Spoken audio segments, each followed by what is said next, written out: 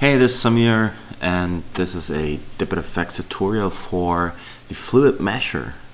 Yeah, actually there's not much information, actually only a few in the community forums about how to tweak the mesh to create nice looking surfaces. Yeah, so I have a setup here with a block of water falling into a pool of water and then just creating a big splash. This is simulate with a physical scale of about 100 meters, and I cached it before, so we can simply go through the simulation here, and you can see that it's falling here, down here, and creating this huge splash. And well, let's just create a mesh for that. And actually, I always start with the initial frame. And when I'm tweaking the mesh with a cache, I simply turn off the solver, so there's no calculations done. Actually, of course, let's just switch over to my DPIT interface here. Actually, of course, I could also simply, when I turn it on, hit the simulation on-off button here, and this would actually be just the same, right?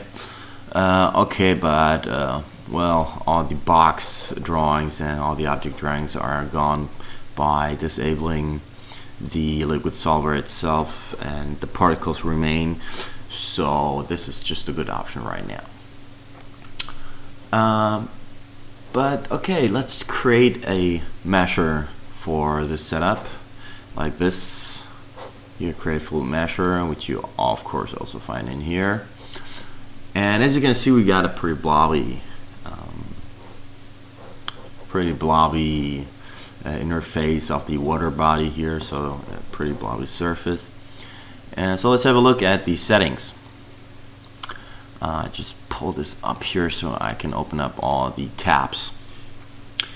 Okay, so first of all, the mesher is taking all the particles into account. So if we have a particle here, it will take a certain amount of neighboring particles to create the surface of the water body. So, and we can set the according amount of neighbors it is using here in the minimum and maximum neighbors count. Actually, minimum is only occasionally used, only very randomly, because usually you would like to include all the particles in nearby, and I usually only change the maximum neighbors count that is taken into account, and it's at 30, but actually it is more appropriate to use a higher number, though this will result in longer calculations. But it is really worth it. So if I set this 100, for example, we don't see much change here yet, but this is because the smoothing radius that I was talking about, so the neighborhood radius where the neighboring particles are taken into account, is set to 3. It is, well, quite alright actually, but we want to have a smoother interface, and as you can see now, when I increase the smoothing radius, we get a smoother appearance of the surface. So these two settings are actually directly linked to each other in that case.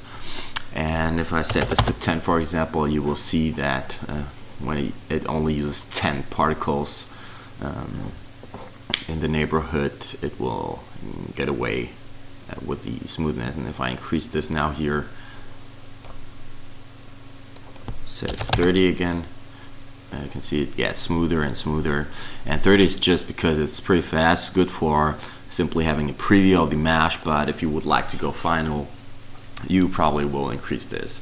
Sometimes 50 are enough. It also depends on the resolution, of course, that you're using, but the higher the better, of course, but the longer it takes. So it's pretty much a quality speed trade-off.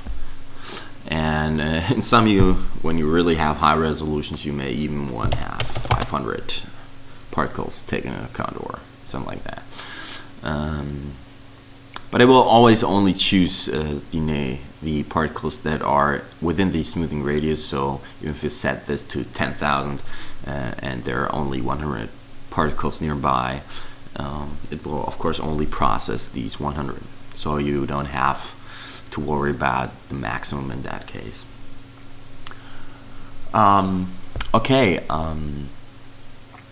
The particle radius is set to 1, which is given in centimeters, but actually it should rather read in voxels, like in grid cells. So this is 1 grid cell in the current simulation resolution, and this is because we have set unit space here to physical simulation, which is simply the grid resolution here in the simulation. But if I would change this to Cinema 4D world, then this 1 centimeter would be really 1 centimeter in the space of Cinema 4D actually now here. So much too low here, and if I increase this, I can set a radius based on the Cinema 4D space. This is just another option. So, but if you're using fluid simulation most of the time, you will use physical simulation only if you're working with resimulations and higher particle counts. Therefore, you could just change this to Cinema 4D world, so actually being a user-defined or custom particle radius, and not based on the grid cell size in the simulation. Okay, so but we have one physical simulation, so 1 grid cell particle radius. This is absolutely fine. I can't remember when I last time changed this. There are some techniques sometimes when you're working with viscous liquids where higher radii would be preferred, probably, because we can then use more grid smoothing. But later on I probably may say something about this. So keep in mind, more neighbors means smoother surfaces, but the surface also shrinks a little bit, so this should be taken into account, as you can see here already. And the higher the smoothing radius is, the more particles it will of course find, and it will have more particles or more locations to generate a smoother surface, right? But also increasing the smoothing radius will result in higher simulation calculation times. And of course, well, I just said that the particle radius is not used that much, and I just will tell you now the contrary, because now it would be useful if we had a little higher radius, simply to get back to the original shape of the water body. So you can see here now it will expand a little bit again, just away. But smoothing radius of 6 is pretty high already, and especially this is of course useful if you are working with viscous liquids. When you have these inviscid liquids like water, you probably will use a smaller radius. I always choose something between 3 and 4, never lower than 3, because that's a sampling pattern of the particles. So 3, you should consider 3 as the minimum, but between 3 and 4 is always a good choice. Yeah, so let's just put this to 4. I should have lowered particle radius, and it takes longer now here. But you can see it is alright. And the good thing that I also mentioned already, if you're choosing a higher particle radius, it is easier to add more unclamped grid smoothing. So when I increase the smoothing here, we can see that it gets smoothed out even more. But I lower it to 1 simply to make the calculations faster and get a more sharp appearance here. And I also increase the iterations of the grid smoothing, so it will smooth again and again and again, as many iterations as you set. but this is great. You get a pretty much smooth surface here, but you have to keep in mind that the volume is shrinking kind of, and therefore small details will disappear when you're using a grid smoothing. So one thing you could set is the clamped version, so it will try to not lower the volume, but of course then the smoothing is limited to a certain amount.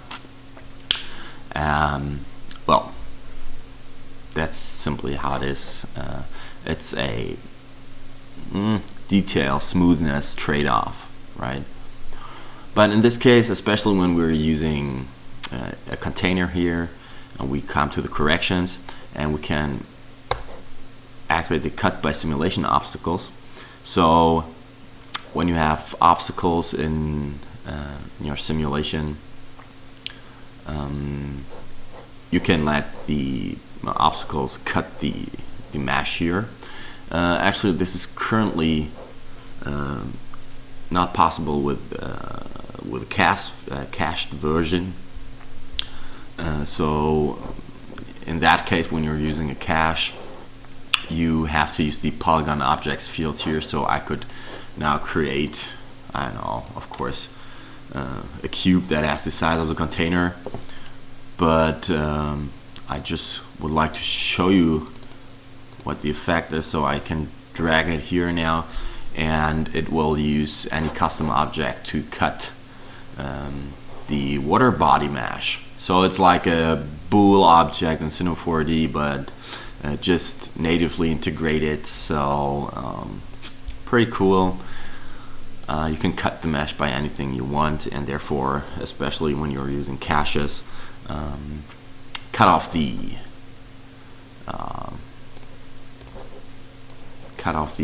edges of the water body mesh to your liking. Anyway, this does not work currently here. Not sure what happens. It was just working. No, it's not working. Ah, there you go. All right. So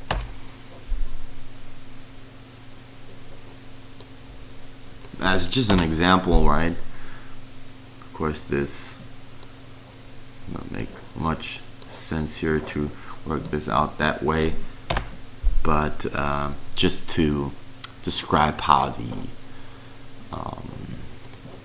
technique works, I just turn off the liquid particles here, so we can see we have a smooth interface now here, right? Okay, so but that is just that one thing, and I turn that off now to save some calculation time. And well, I increased to 5 just to get a smoother appearance here now. Okay, and keep in mind that once we're increasing the resolution for the final, because currently I simulate this with a 75 by 43 by 50 grid resolution, which is pretty low, of course. So we have much bigger bumps created here, and if I'd use 200, the rendering resolution, this would be much smoother than it appears now. So always keep that in mind. But let's go back to the mesher, and could now just go on here to frame 100 whatever, and let's see how the mesh would look in that state now. Alright, okay, we have, of course, we need to activate the liquid solver, and I turn on the liquid particle scan. I only showed 25%, so actually it would look like this. Turn on the mesher here, and let's see how he samples the wave. Oop. Like that. And come on, turn it off again. You can see that big splashy wave now here, and well, it works quite good even with the simulation frame here. Of course, we now have some pretty ugly polygon mesh here because we have a too low resolution. Well, actually we are using the Martian cubes algorithm, and this is pretty low res, but pretty fast, very fast, so very good for preview purposes. And something new in 1.60.1, which is soon to be released, is that you can now temporarily cache not only the mesh as before, but also the isosurface, and which is actually the surface, the volumetric implicit surface that is generated out of the particles before the mesh is wrapped around it. And I just cache it now here for this frame, because the great thing about it is it will now reconstruct it, and now it's finished. The great thing is that now I can simply change the meshing algorithm without the isosurface to be reconstructed every time. So it just stays in memory now, and if I now change this to Teacher Reader, you can see that it directly starts the meshing and not starts to reconstruct the surface. So all these settings here have no effect anymore and are not taken in the calculation anymore. And I can also switch to matching tiles now, much faster. And you can see that with the matching tiles, for example, the higher resolution meshing algorithm, we get a much better mesh representation here. But still we have some ugly edges here. And usually I say, when I'm using certain grid cells in the editor, for example, now here the X along the x-axis is 75. Then in the mesher, I try to use always double the resolution, minimum. So with 75 doubled, I have 150, and of course this doesn't change anything now because the isosurface is already cached. So what I do is turn it off by render only and turn it on again, so it will start reconstructing the isosurface now with the new grid cells amount that I've set here, with the double resolution of the simulation space. And of course it may take a time now. So surface reconstructed, meshing is there, and now we have a much smoother and better mesh here, and much more details shown because we simply have more grid cells for the reconstruction, right? And what I could do now, and just to show you now what the minimum neighbors option does, we have only some particles here. I'm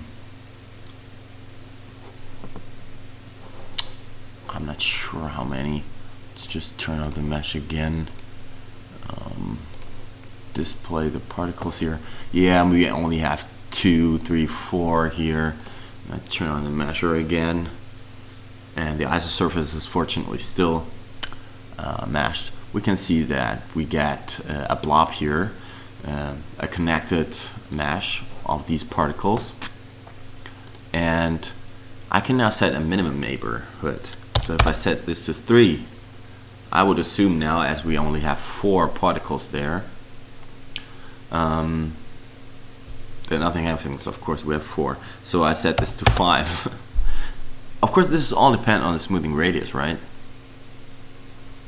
Still nothing. Let's put it to 15 just to make sure. Come on, it's of course my fault. These settings have no effect because the isosurface is cached. My fault. So what I do, render only, and again this, and now we should see the effect. Well, sometimes you just forget about it, right?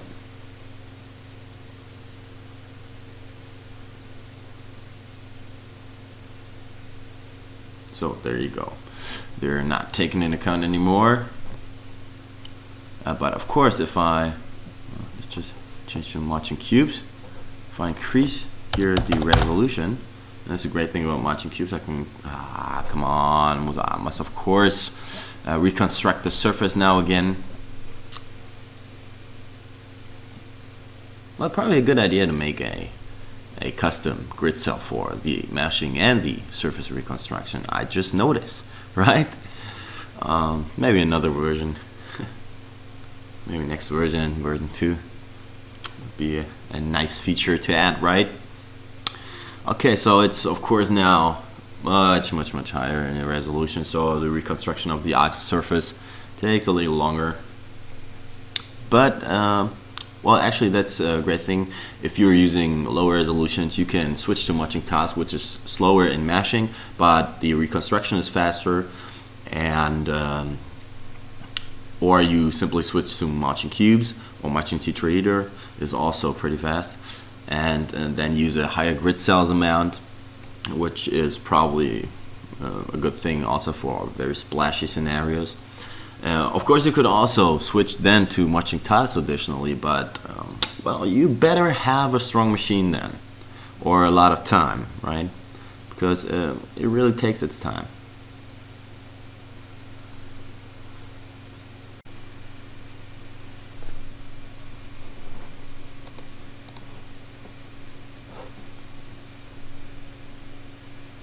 I should be ready pretty soon. On the last 2 cores are calculating, the others are already finished. So there you go. And well, you can see now here that yeah, that these are now individually treated, so we don't have a connection here anymore. Where we have particles, we also see it here.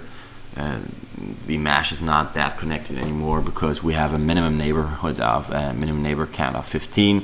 So if there are lower particle counts around in the neighborhood, well, it will simply treat each particle individually and make a sphere out of it. Right. So yeah, okay, so that's what the minimum neighborhood is doing.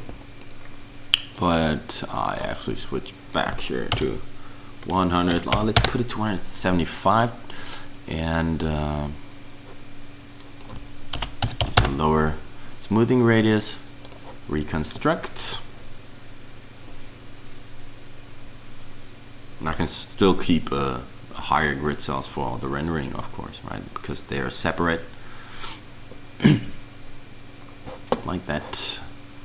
And isosurface is cached, so I can, for example, switch to tetraeder, get a little better mesh here, and definitely no holes in the mesh, which matching cubes is suffering from, or of course matching tiles. And I still have the 15 neighborhood.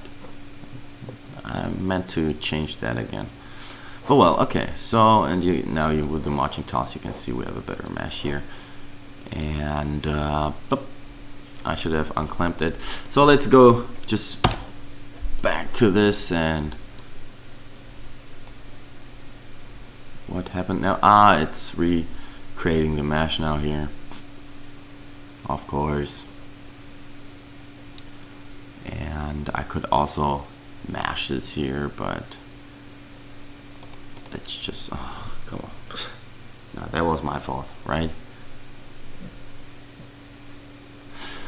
But render only off, turn on now, and switch back to matching cubes. And the last thing I would like to show you now is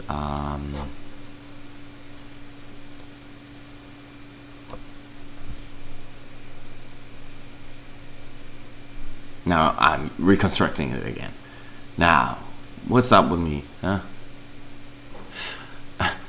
Anyway, I would like to show the advection time step feature here. And for this to work, we can see here now, as I have put down the minimum neighborhood, that these errors are connected now again. So not that individual styled particles. The advection time step, and for this we need the fluid field from the simulation, definitely, because that's what it uses. And I have cached it, but I haven't loaded it, which I do now. And I simply go to the next frame And now everything is recalculated, of course. Also, the mesher is reconstructing because a new frame is around new mesh. Okay, and well, and the advection time step now allows us to advect the mesh by using the fluid simulation velocity field. Let's just put 003, so one frame, and you can see that it is forwarded in time just a little bit, and because this is pretty nice, because I noticed that the mesh gets a little thinner in that case, and well, this can kind of create some nice details. You shouldn't advance it too far because there is no inter polygon collision detection or something on it. It's just the advection, but it's pretty nice. And well, I just changed some matching tiles, and this works also with the cached isosurface, which is great, of course. I also get a nice smooth mesh here. So this is just a great way to add some more motion into the whole thing, right? Yeah. And calculate normals, just also to explain it, because I've explained now everything, is creating custom normals for the mesh from the isosurface. So it's not generating it from the polygons that SN04D would do, which you get when you turn this off. So when I turn this off, you will see, you will notice quite a difference in the shading here, right? Here we have kind of ugly artifacts, and this is because Cinema 4D simply takes the mesh and calculates normals from the mesh, and not from the more exact isosurface, which the mesher does on its own, and uses then these better normals for the shading, right? Well, so, and that's actually about it. We could maybe switch back here to unclamp. Yeah, I still have matching tiles activated. I go back to the marching cubes, definitely, so it's faster. And I also let the isosurface be recreated. I turn it off because I would like to play a little bit with the grid smoothing. And it is turned on already with the 5 iterations that we have set just at the beginning of this tutorial, which will come to an end soon, I promise. And yeah, you can see now we get a more thinner mesh here due to the higher duration count. And if you use too many iterations, let's put it to 10 now here, you will see that these thin structures will actually disappear because they're smoothed out. They're just smoothed away. So this is something you should find a good trade-off for, like this. So all these thin structures here are gone now. If I would change this to matching tiles,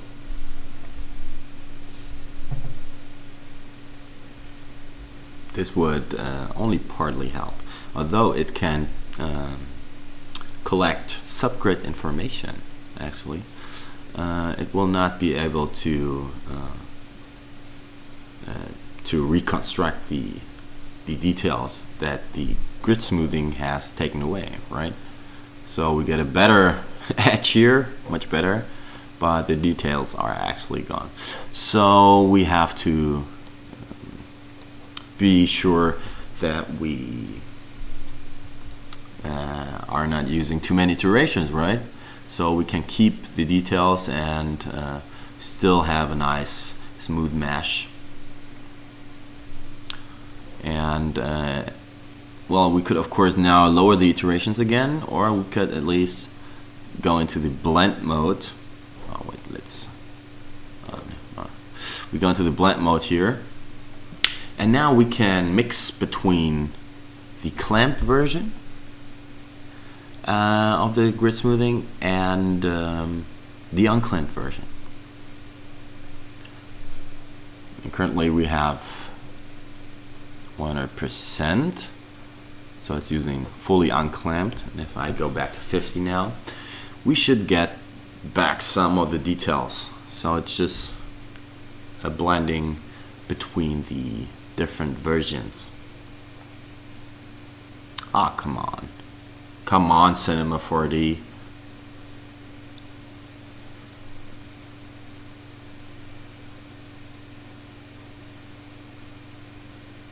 Yeah, there we go.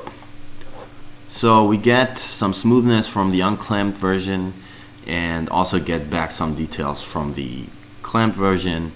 And well, 0.5 looks okay. Well, actually you would of course go to more frames and simply check, okay, is this fitting or do I need more details, so I use a lower mixing value. But let's keep it that way, and I turn on the isosurface caching here again so we can keep this version.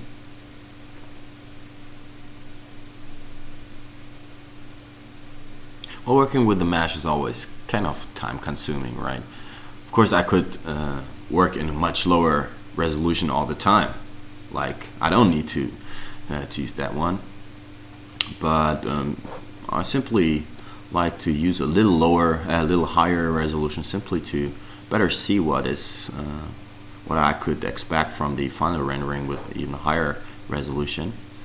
And okay, let's just mesh this with the merging tiles now. Get more better mesh here. Right. Yeah, and that's pretty much okay for me. Works for me.